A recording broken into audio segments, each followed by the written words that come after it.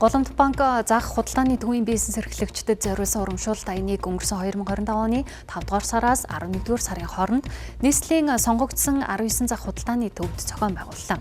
Урамшууллын аяны хүрээнд нийтдээ 42 харилцагчаа гадаадад аялах эрхээр урамшууллаа.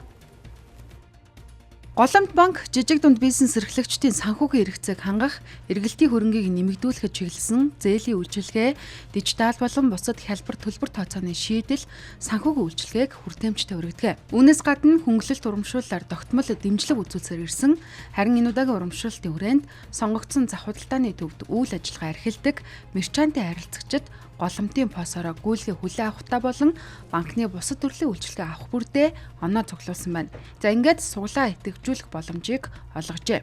Аянд хамрагдсан нийт харилцагчаас хамгийн өндөр дүнтэй гүйлгээ хийсэн 21 харилцагч болон суглаанд ялалт байгуулсан 21 харилцагчид өнөөдөр Вьетнам улс руу аялах эрхийн бичгийг нь гартуулан өглөө.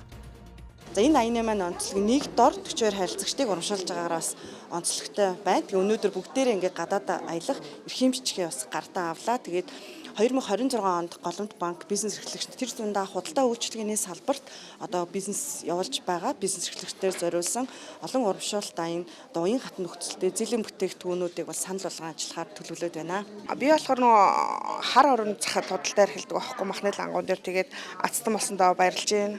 Биднэрт айгүй хурдан нөгөө бид нар өдөрт орлогоо яг өглөө эргэлдэг усуд байхгүй босын юу айгүй хурдан шуурхаа ордог. Хувь бас арай бага авдаг шимтгэлэн тэр нь айгүй даваа талтай. Голомт банкны хамт олон цаашид худалдаа үйлчилгээний салбарт бизнес эрхэлдэг харилцагчдаа урамшуулах, банкны бүтээгдэхүүн үйлчилгээг илүү хүртээмжтэй хүргэхээр зорьсон.